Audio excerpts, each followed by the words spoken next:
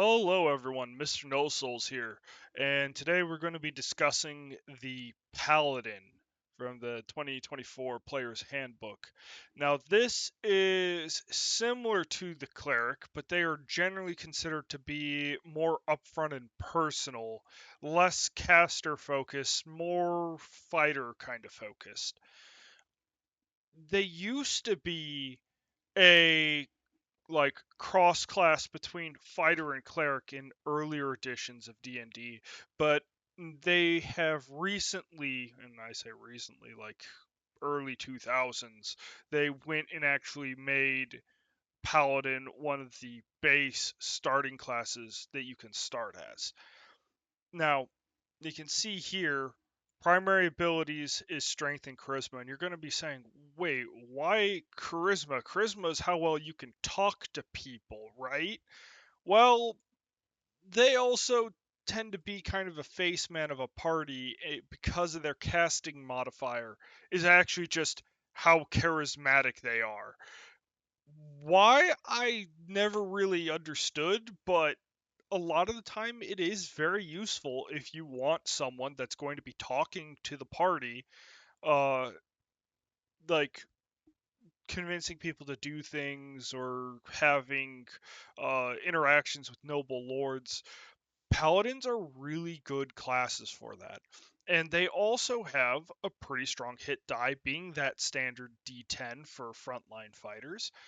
They also have saving throw proficiencies in wisdom and charisma. So casting modifier again is pretty strong.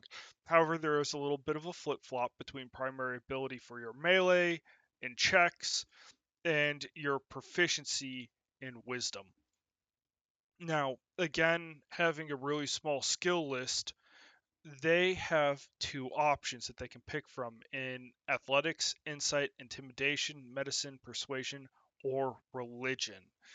So, again, really small list, but you're not really going into this class to be a skill monkey.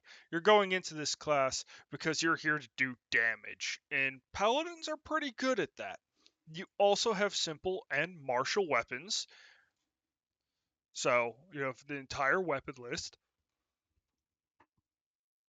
And then you have light, medium, heavy armor, and shields. So again, very much like the fighter, you have the full list of defensive suite available. Then starting equipment, unlike the fighter which had 3 options, you go back to the standard 2. You have chainmail, shield, longsword, 6 javelins, your holy symbol, a priest pack, which is the backpack, blanket, holy water, lamp, 7 days rations, a robe, and a tinderbox, plus those 9 gold pieces. Or, my personal favorite is always, that 150 gold pieces that you can buy anything as you will determine its need. So, there you go. Paladins are united in their oaths to stand against the forces of annihilation and corruption. And while this is generally true, there are dark paladins, or dark justicars if you played Baldur's Gate 3. They are also paladins, just for dark gods. So while this is generally true, it is not always true. We're going to also highlight here Paladins' oaths are powerful bonds. It's a source of their power, and if they break it, they don't really say anything about it. But later on, they'll go into oath breaking, which is something that's pretty important if you ever go against your god or one of the oaths you've sworn.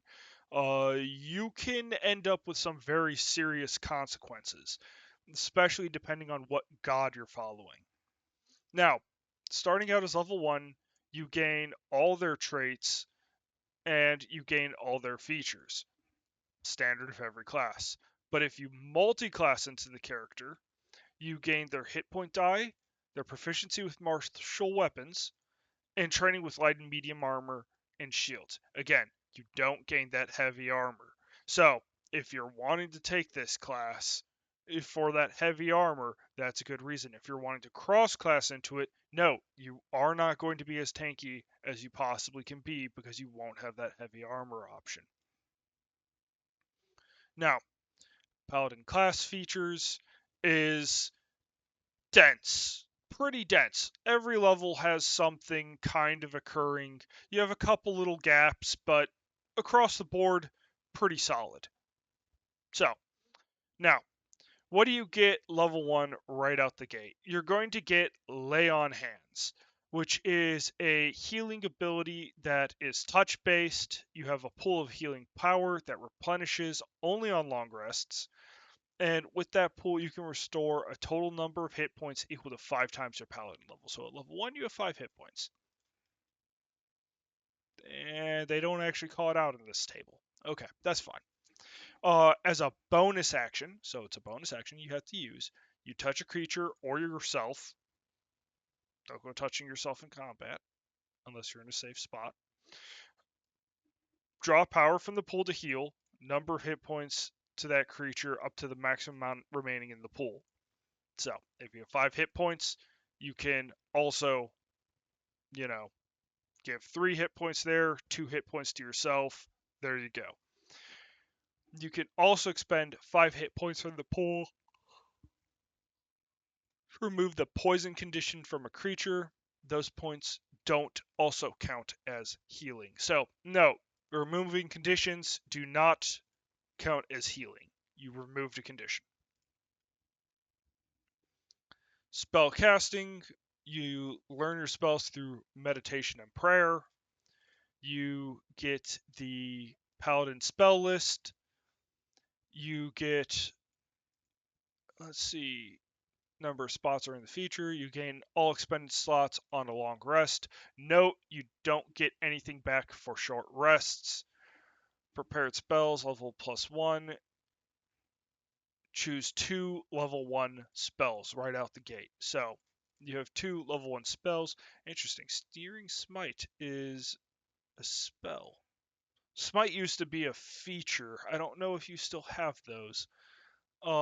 Preparing spell columns, whatever increases, choose spells. If you're a level 5 paladin, the list of prepared spells includes 6 paladin level 1 spells, or 2 in any combination. So, remember, any spells you get not from leveling up are just automatically prepared, and they don't count against the number of spells you have available. So that's a later thing. Changing your prepared spells. Whenever you finish a long rest, you can replace one spell on your list with another paladin spell. So, long rest, you can swap spells out. You have Charisma as your casting modifier.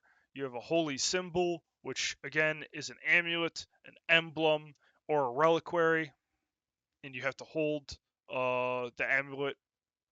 Or actually, you can wear the amulet. That's nice. So you keep your hands free. I don't particularly like keeping things on your shield because shields can be destroyed if you fight some really nasty things. So amulets I view as kind of the safest option, in my opinion. You also, like fighters, gain weapon mastery, so you can get proficiencies for like long swords and javelins, and when you have a long rest, you can change these out. So same thing as the fighter. You also are gaining fighting styles. So you get to choose one of those feats. You also are getting Blessed Warrior, and you get 2 Cleric cantrips. And they count as Paladin spells. Charisma is your modifier for them.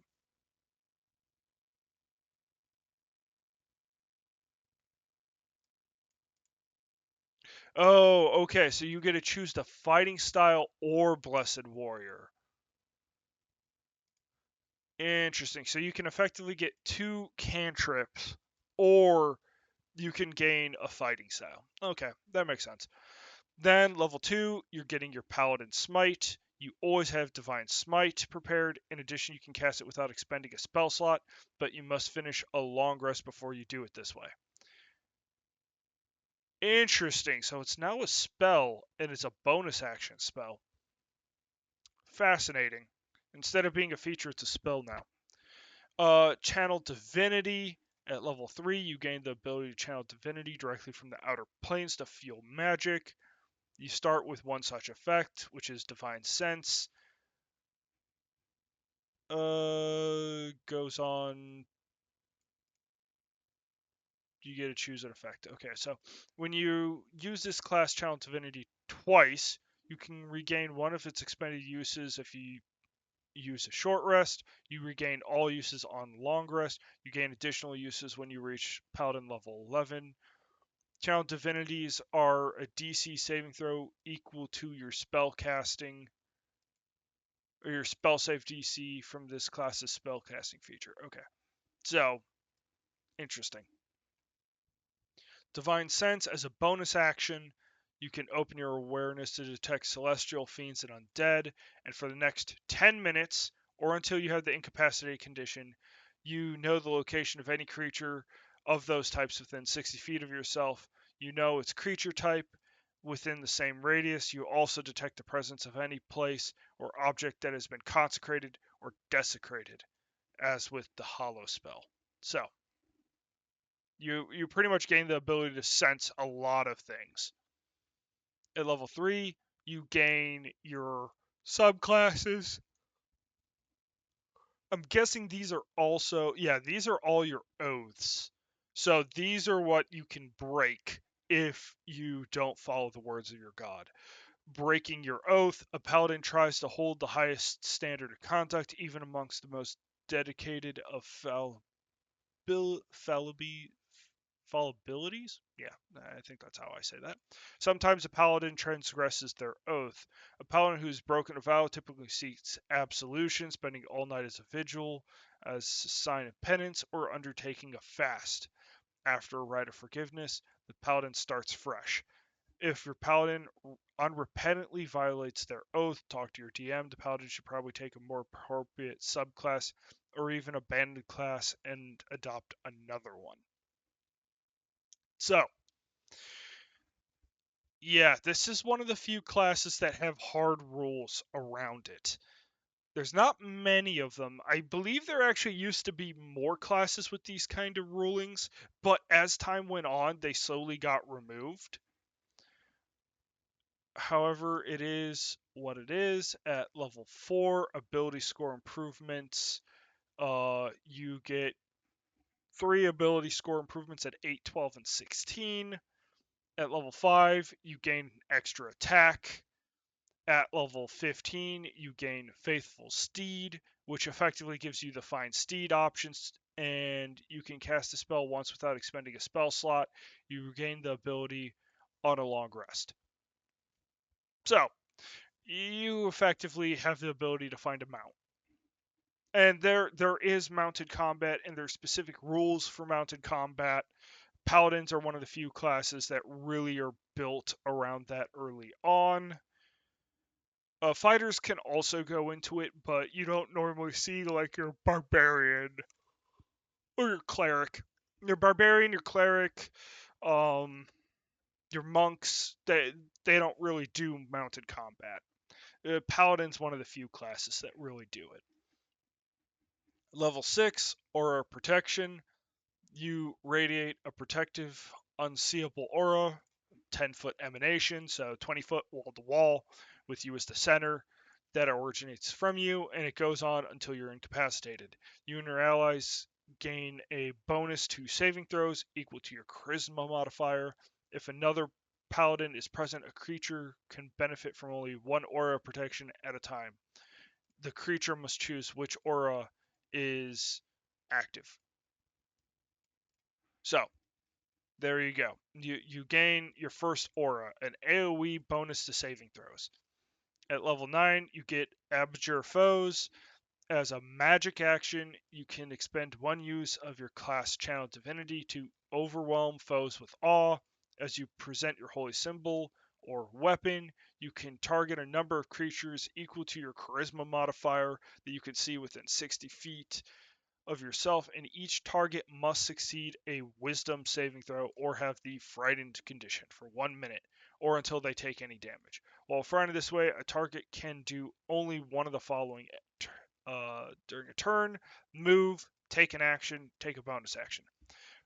So frightened gives them also disadvantage on all checks and attack rolls in relation to the fear uh, being in line of sight, and then they can't willingly approach the aspect of what they fear. So, pretty useful, both for protecting yourself and giving your allies a pretty nice buff while in combat. Aura of Courage is the next aura that you get. You and your allies are immune to the frightened condition while in your aura of protection. If a friend ally enters the aura, that condition has no effect while they're in there. So, Aura of Courage, pretty much a straight buff to the aura of protection.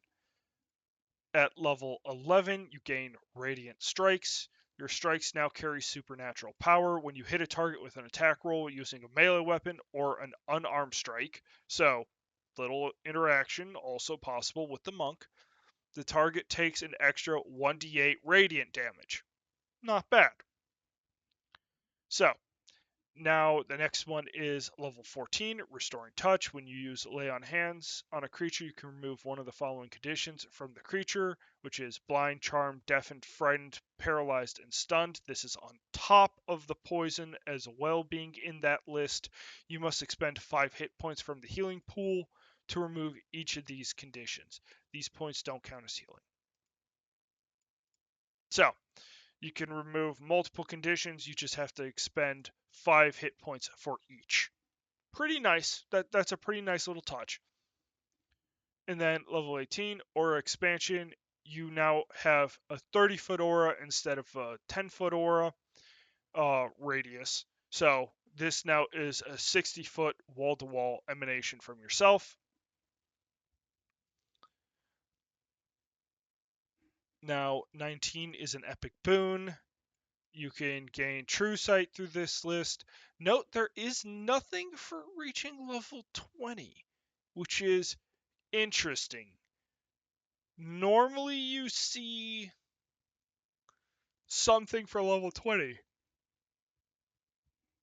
Huh, that's a weird one. I'm honestly surprised by that. Now we're going to go into the Paladin spell list. As usual, I won't be spending a lot of time on it. So pause to go look at the individual levels. But they are all very heavily centered around like support or doing damage in areas around you or giving you smites. So a lot of different effects. Auras are in here. So you only go up to level 5, which is lower than the cleric. Cleric can go up to level 9, but level 5 is pretty high up there, and you also do get 2 attacks. So you have a lot of opportunity in there to play around with. Now, here is your subclasses where your oaths are taking effect. These are very important to be aware of what your oaths are because you can lose them. You have to make sure to embody these ideals. So, idea of justice and order, and then let your word be your promise, protect the weak and never fear to act, and let your honorable deeds be an example.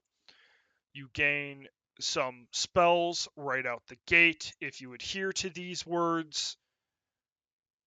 And you get 3, 5, 9, 13, and 17.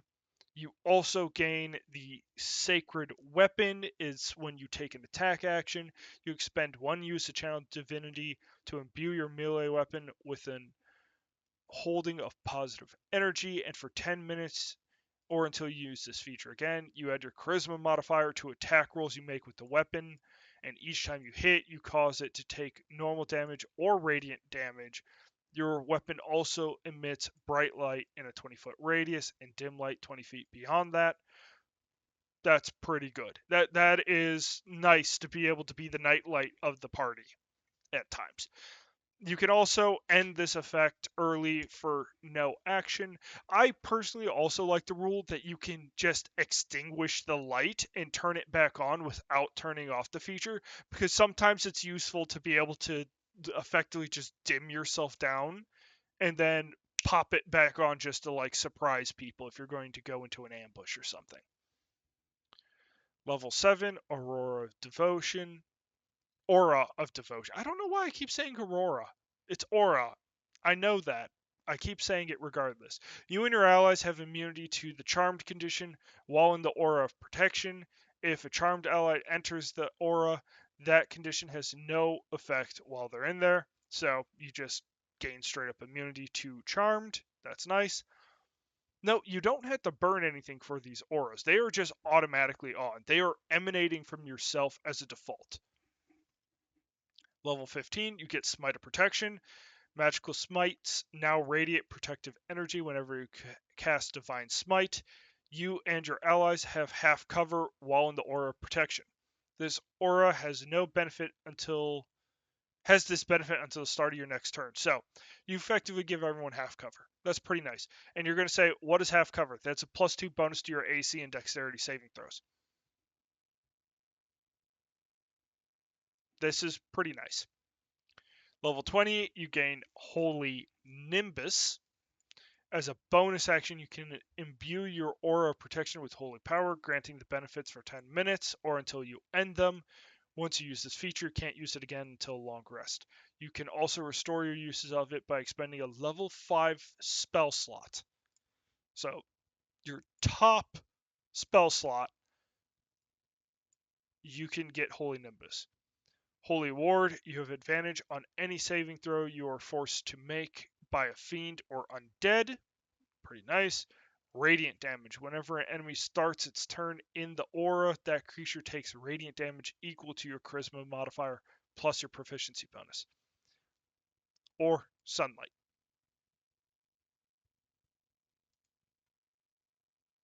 Oh, these are actually all of them. You get all of these simultaneously. So you gain Holy Ward, you gain radiant damage, and you also gain sunlight. All good things. Now, Oath of Glory, which is to strive for the heights of heroism. Their words are endeavor to be known by your deeds, face hardship with courage, inspire others to strive for glory. This combos pretty well with some bards.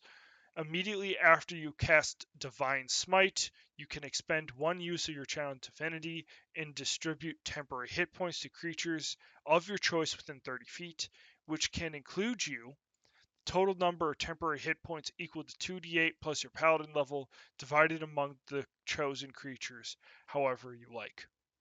So, that's pretty nice. You get to pretty much give everyone that little bit of overshield. You also get the Oath of Glory spells, which are at 3, 5, 9, 13, and 17. All very nice things. Also, legend lore, name or describe a famous person, place, or object, and significance of the lore, that famous thing described by the DM, and you pretty much are gaining their abilities. Or my understanding, amusing revelation, secret lore, never been widely known. Oh, this is not that. Never mind. So you effectively are discovering secrets.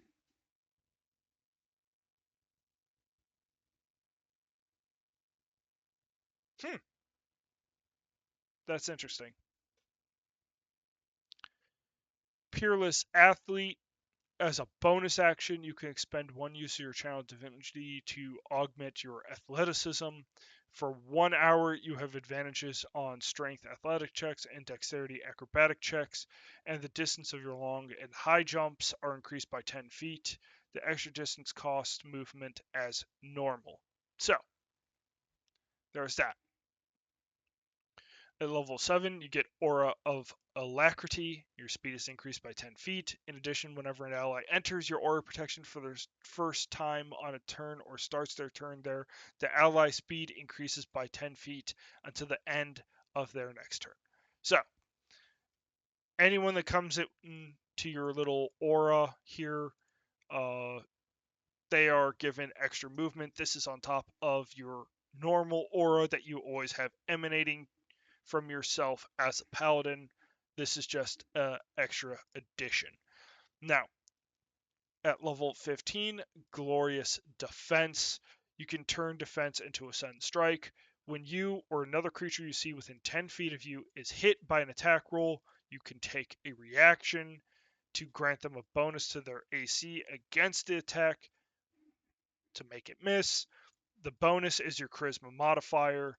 If the attack misses, you can make one attack with a weapon against the attacker as part of this reaction if the attacker is within the weapon's range. You can use this feature a number of times equal to your charisma modifier, minimum of once. You regain all expended uses when you finish a long rest. So, one thing that I want to say with this is that if you use weapons with reach, this is far more useful, or if you use ranged weapons, far more useful. But it's still good if you're supporting like barbarians or fighters or monks. As long as they're real close to you, this can be quite powerful. So, situational, but good. Simply on the fact that you can give them extra defense, it's even better when you get the chance to hit them. At level 20, you gain Living Legend. You can empower yourself with the legends, whether true or exact. This is okay. Here we go. Living Legend. So you effectively gain the ability to empower yourself with legends. As a bonus action, you can bestow below for 10 minutes. Once you use this feature, you can't use it again until a long rest. You can also regain it by expending a level 5 spell slot. You gain Charismatic. You are blessed by an otherworldly presence and have advantage on all charisma checks. You gain a saving throw reroll. If you fail a saving throw, you can take a reaction to reroll it. You must use the new roll. Unerring Strike. Once on each of your turns when you make an attack roll with a weapon and miss, you can cause that attack to hit instead. That's pretty good. So, effectively, you are pretty much a living legend with all these effects. I think DMs are generally saying that they're going to allow this also. Like, you can gain any other features of the legend. Like, if they were able to walk on water or things like that, you gain those effects. So, all nice. Finally, there is not finally, this is actually almost a finally, Oath of the Ancients. Kindle the light of hope, shelter life, delight in the arts and laughter. So, Nature's Wrath, you have a magic action. You can channel one of your uses to channel Divinity to conjure spectral vines around nearby creatures. Each creature of your choice that you can see within 15 feet of yourself must succeed on a strength saving throw or have the restrained condition for 1 minute. A strange creature repeats the save until the end of its turn. On each end of its turn, ending the effect if it succeeds. So you gain that restraining ability. You also have Oath of the Ancient Spells, which gives you Ensnaring Strike, Speak with Animals at level 3. You get more at 5, 9, 13, 17. This is probably built to combo with Druids, is my guess. It's kind of strange. Or maybe Barbarians? It's interesting. Level 7 Aura of Warding. Ancient magic lies heavily on you. That you form an Eldritch Ward, blunting energies beyond the material plane. You and your allies have resistance to necrotic, psychic, radiant damage while you're in the Aura of Protection. That's pretty good, especially at level 7. At level 15, you gain the Undying Sentinel. When you are reduced to 0 hit points and not killed outright, you can drop to 1 hit point instead. You regain a number of hit points equal to 3 times your paladin level. Once you use this feature, you can't do so again until a long rest. Additionally, you can't be aged magically, and you cease visibly aging. So, you pretty much gain what the orc ability is you go, oh, I died? No. Actually, that's a really good question. What are the effects now of being different classes? Because from my understanding, they like complete like the racials of like drow being naturally evil and stuff like that are entirely removed, even though they're still supposed to be consecrated at birth for Loth and so on and so forth. So I'm kind of interested in seeing how that's going to impact um, the natures of races. Because this right here is effectively the Orc's racial. Level 20 Elder Champion. As a bonus action, you can imbue your aura protection with primal power, granting the benefits for 1 minute or until you end them with no action required. Once you use this feature, you can't do so again until long rest. You can also restore it by using a level 5 spell slot. Diminish Defiance. Enemies in the aura have disadvantage on saving throws against your spells and channel divinity options. That's nice.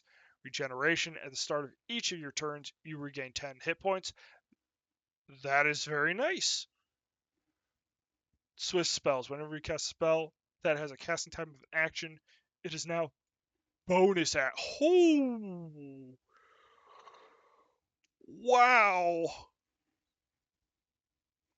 That is powerful. You pretty much are able to just immediately throw out spells as bonus actions. So you could effectively throw out 2 spells, or instead hit with your sword twice, and then go and throw out a bonus action spell. That is quite nice. Finally, this used to be a side path that wasn't originally available. This is the Oath of Vengeance. You are pretty much calling that you are going to take out a dragon or some order of people that slaughter the helpless or tyrant. You're going to go and screw with this individual. Um, you have the tenets of show the wicked no mercy, fight injustice and its causes, aid those harmed by injustice. Now, granted, I think a lot of DMs allow you to pick your own words for each of these, but these are just generally the themes you have to pick. You gain your Oath of Vengeance spells right out the gate at level 3, 5, 9, 13, and 17. At level 3, you go and get Vow of Enmity. When you use an attack action, you can expend 1 use of your channel divinity to utter a vow of enmity, and I can speak enmity against a creature you can see within 30 feet of yourself. You have advantage on attack rolls against that creature for 1 minute or until you see this feature used again. I feel like this was a hunter feature in the older versions. Or maybe that was Hunter's Mark, is what I'm thinking of. I don't know. If a creature drops to 0 HP before this vow ends, you can transfer the vow to a different creature within 30 feet of yourself. So if you kill a creature before that 1 minute mark, you effectively are able to go to the next creature, and the next creature, and the next creature, rinse and repeat until they're all out. At level 7, you get the Relentless Avenger. You have supernatural focus, helping you focus on closing off a foe's retreat. When you hit a creature with an attack of opportunity, you can reduce the creature's speed to 0 until the end of their current turn. You can then move up to half your speed as part of the same reaction. This movement does not provoke attack of opportunity. You also gain Soul of Vengeance at 15. Immediately after a creature under the effect of Vow of Enmity is hit or misses with an attack roll, you can take a reaction to make a melee attack against that creature if it's within range. That's pretty nice. At level 20, Avenging Angel. As a bonus action, you gain the benefits below for 10 minutes or until you end them with no action required. Once you use this feature, it is locked until a long rest. You can gain it back for a level 5 spell slot. You gain flight by sprouting spectral wings on your back, giving you fly speed of 6 feet, and you can hover. You also gain Frightful Aura. When an enemy starts their turn in your aura protection, that creature must succeed a wisdom saving throw or have the frightened condition for 1 minute or until it takes any damage. Attack rolls against the frightened creature have advantage. That's pretty nice. I feel like the older Oath of Vengeance Paladin was maybe stronger, but this isn't bad either. Overall, I really do like all 4 options. I think that they are pretty interesting thematically. Some of them bind better with certain classes than others, but effectively, I think really the point of these subclasses is to remove the need for cross-classing. I kind of wish that they encouraged cross-classing more than discouraged cross-classing. However, it's interesting. I think it's actually quite amusing in some ways, but time will tell what's going to be the outcome of this. Anyways, everyone, I wish you all a good day. Remember to like, comment, and subscribe if you like this kind of content, and feel free to let me know if there's any ways that I can improve this. Adios, everyone. Bye bye.